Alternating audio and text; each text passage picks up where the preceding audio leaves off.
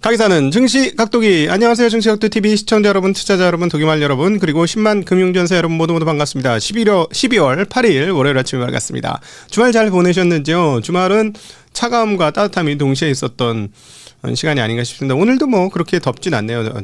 춥진 않네요. 예. 건강하게 이 온도가 오르락내락 자주 하다 보면 건강 관리가 오히려 어려우니까 건강 관리 잘 하셨으면 좋겠습니다. 즐겁게 겨울도 나시고 크리스마스도 맞이하시길 바랍니다. 그리고 여러분들이 함께 해주셔서 글쌓기 그 프로젝트는 잘 마무리가 되었습니다. 딱 여러분이 제가 또 그 기부할 수 있는 공간을 조금 남겨주셔가지고 딱 2천만 원으로 글쌓기 프로젝트 마감했고요. 기부하신 분들은 소득공제 받을 수 있도록 방법을 제안 드리도록 하겠습니다. 자, 이번 주 저희 방송 스폰서는 인사이더 인사이트입니다. 한국분 이용훈 씨가 지은 거고요. 월가의 직접 체험담을 쓴 이 책인데요. 아주 재밌습니다.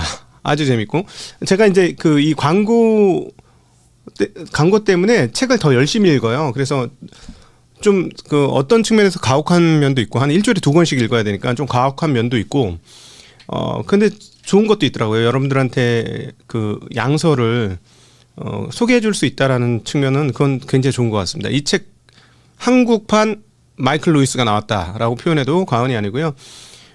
라이어스 포커가 너무 많이 생각나는 책이었어요. 한국판 라이어스 포커. 야, 그래서 재밌습니다. 일단 연말에 재밌게 읽을 넌픽션인데 픽션 같은 넌픽션 있죠. 그리고 이제 금융 세계의 속사를 보고 싶은, 특별히 미국의 채권 트레이딩 플로우가 어떻게 돌아가는지를 보고 싶은 분한테는 매우 재미난 내용입니다. 그리고 젊으신 분인데 내공도 상당히 있더라고요. 어떻게 투자를 하는 것이 옳은 것인지를 잘 파악하는 능력도 있어서 시장에 어떻게 대응하라까지는 아닌데 네, 재밌었어요. 책이 저는 원래 이제 오전에 집중적으로 읽고 오후에는 이제 유튜브를 보는데 오후에도 읽었었던 책이니까 재미있습니다. 여러분 이제 금융 공부를 하시는 분은 소설처럼 읽을 수 있는 책이다. 그래서 이렇게 오랜만에 재미난 책도 한번 스폰을 받게 되어서 감사하게 생각합니다. 자, 오늘 장 한마디. 12월 금리 인하는 얼추 다 반영된 것 같은데? 저만 이렇게 생각합니까? 그렇게 생각 안 하십니까? 12월 금리 인하는 다 반영된 것 같은데? 이게 문제죠. 자, 일단 지난 주말부터 한번 정리하고 가도록 하죠. 지난 주말에 중요한 지표가 있었죠. 바로 PCE 고용지표가 발표가 있었습니다. 방송에서 잠깐 말씀을 드렸습니다만은 개인소비 지출 물가지수가 헤드라인은 전년 대비 2.7에서 2.8로 조금 올랐고요. 전월비는 0.3에서 0.3로 동일하게 나타났습니다. 근원 개인 소비 지출 물가지수는요, 2.9에서 2.8로 조금 떨어졌고요. 전년비는, 전월비는 0.2에서 0.2로 그대로 움직였습니다. 그리고 미시간 대학교 인플레 기대치 1년치는 4.5에서 4.1%로 떨어졌고요. 5년은 3.4에서 3.2%로 조금 떨어졌습니다. 반면에 소비자 기대지수는 51.0에서 55.0으로 올랐고요. 심리지수도 51.0에서 53.5로 올랐습니다. 자, 그러니까 투자자들의 심리는 조금 개선이 되었고요. 그리고 인플레이션 기대치도 소폭 내려앉았습니다만 연준이 목표로 하고 있는 2%에는 상당히 멀었다라는 것이죠. 근데 현재 시장 시츄에이션은 뭐죠? 금리 인하가 확실할 것이다. 90% 정도 확실할 것이다라고 생각하고 12월 인하를 기정사실화하고 있습니다. 그리고 실제로 이 부분들을 시장에 반영하면서 시장은 전 고점 근처까지 다시 올라와 있는 그런 상황입니다. 자, 여기서 12월에 금리를 인하한다면 좋을까요? 여러분 생각은 어떠십니까? 12월에 금리 인하를 하면 좋을까요? 알고 있는 내용이죠. 선 반영되었습니다. 이미 그것은 선 반영되었고, 자, 그럼 무엇이 중요할까요? 너무나 뻔하지만 파월 의장이 기자회견에서는 무슨 얘기를 할 것이냐인데, 자, 어차피 파월 의장은 이제 연임은 안 되는 거고, 그렇죠? 이제 물 건너 간 것이고, 그 다음에 이제 다음번 의장은 어떤 의장이 올지는 이제 대충 윤곽이 잡힌 상황이고, 파월 의장은 어떤 행보를 취할까요? 자, 그 전까지 연준 인사들의 금리에 대한 발언들을 종합해 보면 투표권이 있으신 분들은 절반 정도 또는 약간 이상, 그거보다 약간 넘는 수준 내외에서 금리 인하를 지지했고요. 투표권이 없으신 분들까지 종합해서 보면은 연준 총재들, 지역 총재들까지 감안해 보면 사실 절반이 조금 넘게 동결을 주장하신 분이 더 많았던 것 같습니다. 우리가 계속해서 그 데이터 나올 때마다 같이 이야기를 나누었었죠. 자, 그러면 파월 의장의 발언은 어차피 연임도 안 되는 거고 정치권 눈치도 보긴 봐야 되겠으나 어떻게 할까요? 자, 여기서 만약에 연준 인사들의 중론을 그대로 기자회견에 반영해서 이제 우리는 이 정도면 상당히 그 중립적인 수준이에요. 예를 들어 금리 이 정도면 중립적인 수준입니다라고 얘기하면서 금리 인하를 여기서부터 더 급하게 할 필요는 없는 것 같고 좀 데이터를 보면서 확인을 하면서 해야 될 것 같습니다. 뭐 이런 식의 이야기를 한다면 어떻게 될까요? 근데 이제 저건 또 시장이 기억하고 있죠. 데이터 값에 근거해서 결정을 한다라는 부분은 이미 모든 투자자들이 알고 있습니다. 그건 알고 있는 내용인데 예를 들어 그렇게 얘기한다고 해도 급할 게 없습니다. 좀 더 확인하고 결정해야 합니다. 뭐 이런 식의 발언을 하면 어떻게 될까요? 시장은. 오히려 지금부터는 그걸 좀 감안을 해야 될 것 같습니다. 그리고 시장도 전 고점 근처고요. 지난 한 주간 지수별로 어떤 흐름들을 보여줬는지 한번 체크하고 가도록 하겠습니다. 지난 한 주간의 흐름입니다. 지금 다들 많이 한 주간 올랐죠. 이 오른 것이 금리 인하를 반영하고 있다라고 개인적으로 생각합니다. 자, 그래서 여기서의 이제 앞으로의 키는 뭐냐면 추가적으로 금리를 인하할 것인지 여부입니다. 추가적으로 금리 인하를 할 것을 시그널을 보여준다면 시장은 뭐 환호를 하겠고, 그 다음에 저건 또 있습니다. 만약에 금리 인하를 천천히 하겠다고 해도 시장은 어떻게 할 거냐? 파월 선생님 그동안 고생 많이 하셨어요. 이제 곧 그만두신다면서요? 네, 잘 가세요. 이렇게 하면 어떻게 될까? 사람들이 귀 기울이지 않는 거죠. 파월의 얘기를 귀 기울이지 않을 수도 있습니다. 만약에 충격을 받았다 그래도 밑단이 이렇게 버틸 수 있는 것은 예를 들어 케빈 헤셋이라는 분이 연준 의장으로 오면 어차피 금리 내릴 거네. 이렇게 생각하겠죠. 그러니까 제가 보기에는 그 좋은 얘기를 해주면 상방이 빵 뚫려서 가는데 만약에 이제 조금 그동안의 중론을 반영하면서 뭐 이렇게 좀 엄격하게 해야 된다. 뭐 이런 식으로 얘기하면 하루 이틀 빠졌다가도 어차피 뭐 파월 의장 그만두는 거 아니야? 라는 생각을 하겠죠. 제가 왜 이런 말씀을 드리냐면 아니 이게 지금 경기가 좋아서 오르는 거면 제가 이해를 하겠는데 말이죠. 지금 중국 경기는 사실상 지금 어떤 분이 그렇게 얘기하더군요. 잃어버린 뭐 5년이라고. 뭐 꼭 틀린 말은 아닌 것 같습니다. 자, 중국 경기 우리가 이제 닥터 쿠퍼라고 얘기하면서 어떤 중국 경기와 전체 세계 경기의 흐름 그리고 제조업 경기에서 지표로 보고 있는 구리 가격을 한번 보도록 할게요. 구리 가격의 최근 한 달간 흐름을 지금 보시면 유유히 계속해서 상승하고 있습니다. 그죠? 자, 1년짜리로 한번 봐볼게요. 자, 1년 내내 올랐죠. 중간에 한번 그때 저거 4월 달에 트럼프 관세 이슈 터졌을 때 빼고는 계속 유유히 오릅니다. 자, 장기적으로 볼까요? 최근에 와서 계속 오르고 있어요.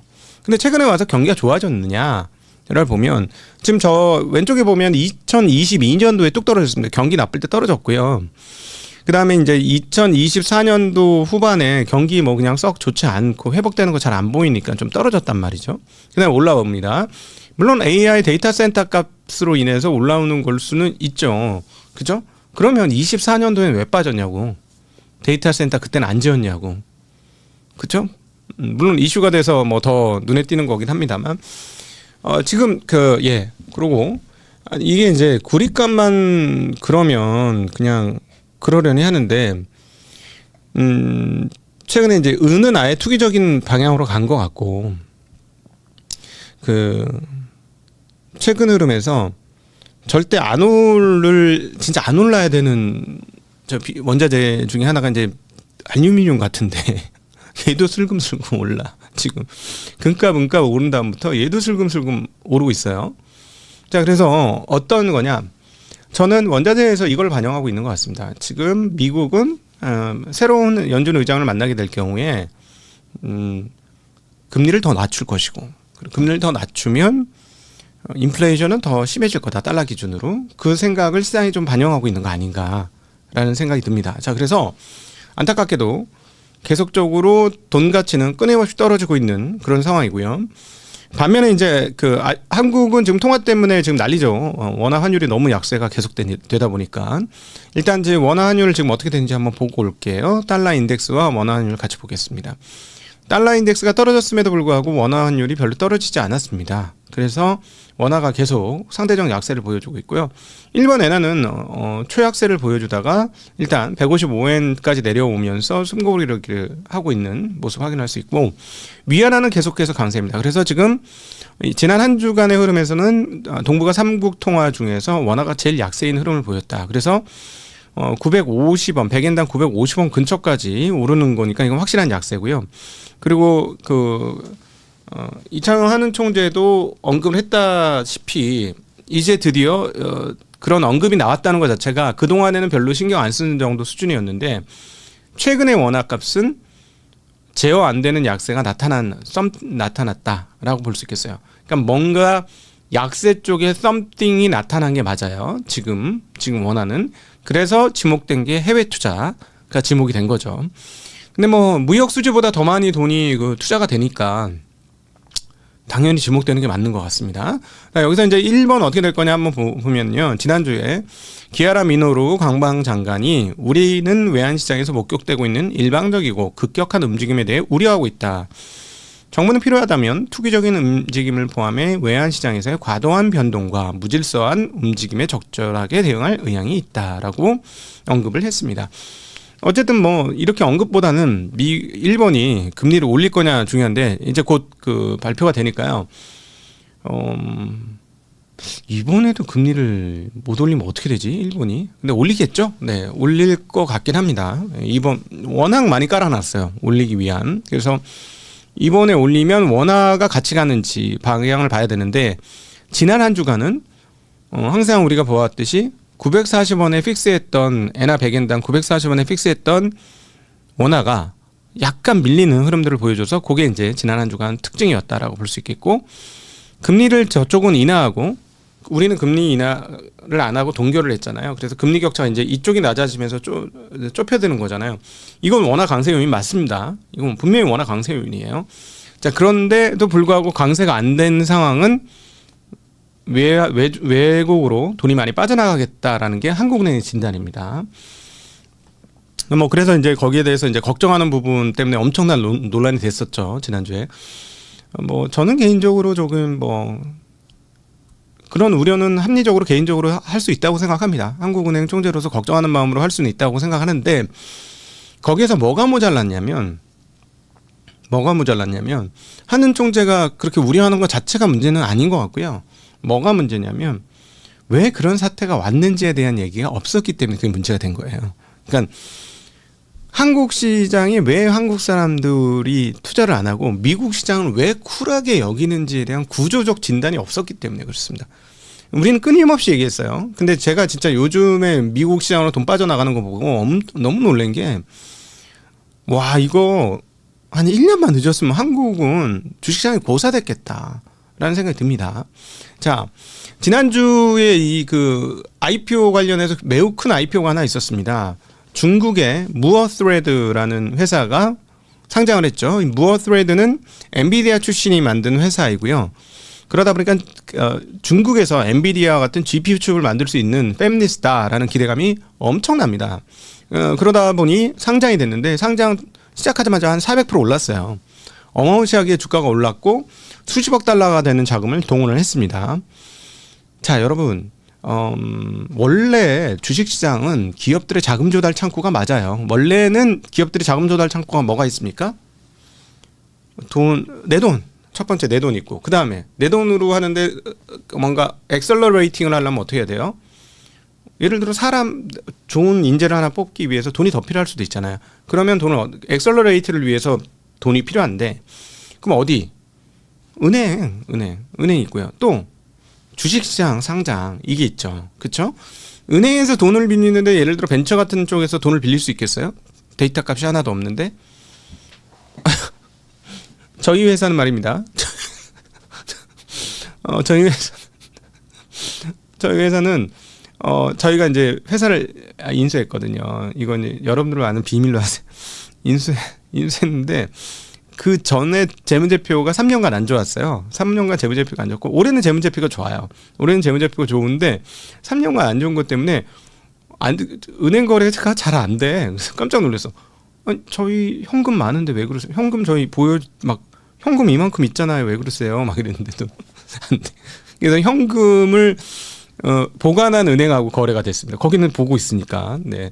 하여튼 그러니까 벤처기업돈 돈 땡기는 게 그렇게 쉽진 않아요. 그러니까 결국은 은행에서는 신용으로 돈을 못 땡기니까 자본시장에서 돈을 땡겨야 되는 거거든요. 자, 그런데 한 가지 중국 시장이 미국 시장보다 약한 이유 중에 하나, 그리고 한국 시장이 미국 시장보다 약한 이유 중에 하나는 뭐냐면 돈을 땡기는 건 열심히 잘했는데 기업들이 시장에서 땡긴 돈에 대한 리턴은 하나도 없었어. 돈은 빌려가고 화물차사. 이게 근원적 문제죠. 미국은 돈을 땡겨가기도 하지만 이렇게 도로 되돌려주기도 잘합니다. 그죠? 배당과 자사세 소각을 통해서. 그러니까 한국 사람들이 맨날 뜯기기만 하다가 갔다 가보니까 저기는 유상증자는 말도 없고 계속 돈만 주네. 배당도 주고 뭐도 주고 뭐 계속 주네. 그죠? 그러니까 쿨하다는 말이 나오죠. 저는 정확한 표현이라고 생각해요. 미국 시장 쿨하다라는 게 한국 시장처럼 지저분하지 않잖아요. 우리는 투자할 때 무슨 생각을 해요? 이 대주주가 지금 속으로 무슨 꿍꿍이를 생각하고 있을까? 그다음에 이 대주주가 자식이 몇 살일까? 그 자식한테 넘겨줄 것 같은데 어떻게 넘겨줄까? 자회사 이거 회사 쪼갤 가능성 있을까? 그래서 자회사에 자식 이름으로 지분 사가지고 알짜 사업 넘겨줘가지고 이렇게 해서 막 매출하고 이익률 몰아주고 자기 본원 회사는 이익률 막 바닥으로 잡고 그러지 않을까? 아니 왜 이런 고민을 해야 되냐는 거예요. 투자자들이 힘들게. 그렇죠? 그런 시장을 보다가 미국 갔더니 주주님 어서 오세요. 주주님 최고. 당신이 우리의 주인입니다. 이래 버리니까 너무 좋지. 너무 쿨하지. 그러니까 미국 시장 넘어간 거고, 한국에서 이번에 상법 개정하고 이런 거 빨리 안 됐으면은 진짜 완전 망할 뻔했다. 한국 주식시장. 결국 기업들이 자기 발등을 자기가 찍은 거다. 물론 훌륭하게 열심히 하는 기업들도 있습니다. 열심히 노력하는 기업들이 있어요. 예를 들어 매트릭스 투자자 뭐 이런. 그러니까 열심히 하는 회사들도 있는데 이상한 회사들이 끼어가지고 물을 흐리는 거죠. 네. 그런 부분들 때문에 그거는 저는 오히려 그런 측면에서 환율이 약세가 되었다면 시장 개혁을 더 빨리 해야 됩니다. 더 빨리 해야 되고요. 제 생각엔 거래소를 바꿔야 되죠. 우리 코스닥 협회장님 말씀, 물론 지난 5월인가 했던 말씀을 제가 인용을 한 거지만 그때 인터뷰를 한 거니까 코스닥 협회장님 머릿속에 무슨 생각이에요? 무조건 자금 조달 창구고 조달을 해야 한다는 생각 외에 시장에 대해서 생각하는 인식이 없잖아요. 주주들한테 돌려줘야 된다는 생각이 없잖아요. 네. 계속 끊임없이 돈을 우리한테 줘 이런 거잖아요. 근데 중국도 마찬가지야. 중국도 상대적으로 주식시장이 안 되는 이유 중에 하나가 돈을 땡기기는 열심히 땡기는데 돌려주는 게 약하기 때문에 그렇죠. 물론 우리나라보다 많이 돌려줍니다. 모르셨죠? 중국 기업의 배당률이 우리나라보다는 나아요. 대체적으로 배당을 우리보다는 좀 해주는 건데 거기는 IPO가 너무 많은 거예요. 그러니까 계속 물타게 되는 거죠. 그래서 그거는 되게 안타깝다라고 생각하고 있습니다. 자, 환 얘기하다 보니까 우리 환 얘기했으니까 금리 얘기해 볼게요. 자, 금리가 조금 이상하죠. 금리를 내리겠다고 했는데도 불구하고 3.99에서 4.14까지 다시 10년물 국채 금리가 올라오고 있습니다. 네. 그러니까 채권 시장도 완벽하게 안심하지 못하는 부분이 하나 있는 것 같고요. 그다음에 이번 주에 그 채권 발행이 좀 있습니다. 미국에서 그 월요일하고 오늘하고 내일 각각 3년물 580억, 그다음에 10년물 390억 달러어치의 채권 발행이 있습니다. 그래서 채권 금리가 떨어지지 않는다는 것은 어떤 것을 의미하느냐?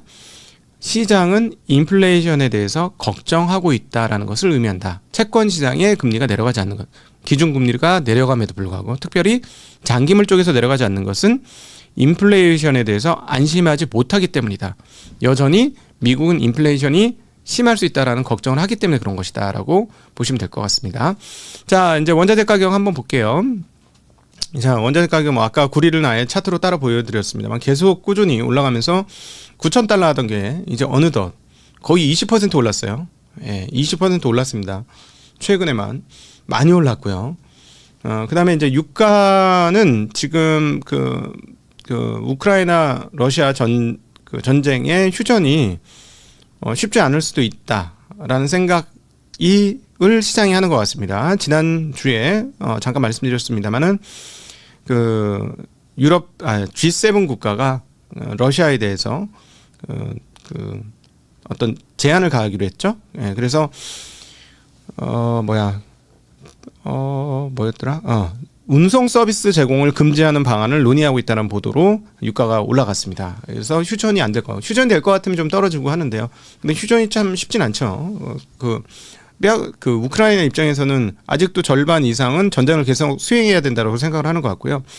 마음이 그럴지라도 그 미국이 지금 헤게몬을 잡고 있어서 지원을 안 해줄 거야 하면 사실 우크라이나 입장에서 계속 전쟁을 수행하기는 쉽진 않은 그런 상황입니다. 그래서 그 얘기를 일단 했다라는 건 휴전 과정으로 들어갔다라고 봐야 될 것 같아요. 젤렌스키가 국민들한테 그런 의견을 물어보는 것 자체가 휴전 쪽으로 가고 있는 그런 상황이다라고 보기는 할 수 있을 것 같습니다.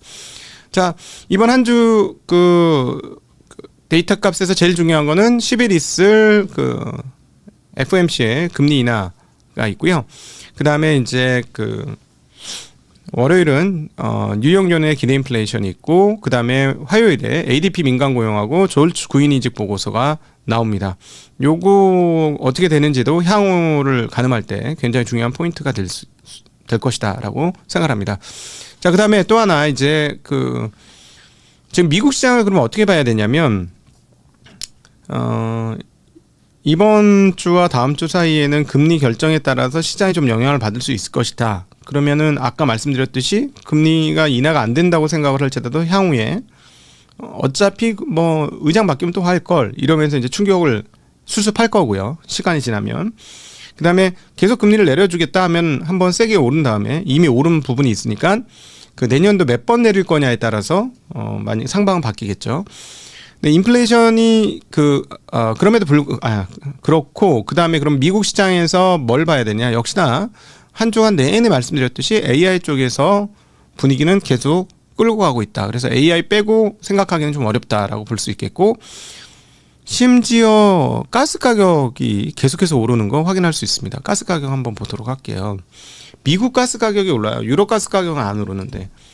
말씀드렸습니다만 신재생을 하더라도 중간중간에 간헐적으로라도 보완되는 발전소가 필요한데 그것은 가스로밖에 할 수 없다. 왜냐하면 껐다 켰다 할 수 있는 발전소가 가스밖에 없기 때문에 그러면 미국에서 지금 전력 인프라에서 가스 발전소가 상당히 중요한 역할을 할 것이다 라는 거는 뭐 이미 다 알고 있는 사실인데, 미국 가스 가격이 오르는 거 보니까 진짜 그런 생각을 좀 하는 모양이다 라는 생각을 하게 됩니다. 자, 그리고 파죽지세로 오르던 디램 가격이 드디어 조정을 받았습니다. 자, 요거 한번 살펴볼게요. 디램 익스체인지에서 우리가 보는 그 대표물이죠. 16기가 DDR5 가격이 27달러를 찍은 다음에 떨어졌어요. 26달러대로 처음 보는 가격 하락이고요. 이제 그 임계치에 오기는 온 것 같습니다. 자, 그럼에도 불구하고 얘는 그냥 단품 DDR이고요. 그 모듈 볼게요. 모듈 보면 여전히 두 자릿수대의 상승이 나타나고 있습니다. 그리고 다른 것들도 대부분 다 가격은 오르고 있어요. 그래서 상승이 끝났다라고 말씀드리기는 조금 어려울 것 같아요. 그러니까 그 단품은 상승이 이제 멈췄는데 모듈 가격은 여전히 고공행진다. 자, 이 얘기인즉슨 모듈이 가격이 좋다. 기판 주식들의 호황이 유지되고 있다라고 보시면 될 것 같습니다. 지난 주말에도 기판 주식들의 가격이 좋았죠. 예, 기판들의 호황은 여전히 유지되고 있다 정도로 해석하시면 도움이 될 것 같습니다. 자, 오늘도 함께해 주셔서 진심으로 감사하고요. 네, 행복한 한 주 되시길 빌겠습니다. 여러분들과 함께하는 질의응답으로 돌아오겠습니다. 감사합니다. 안녕.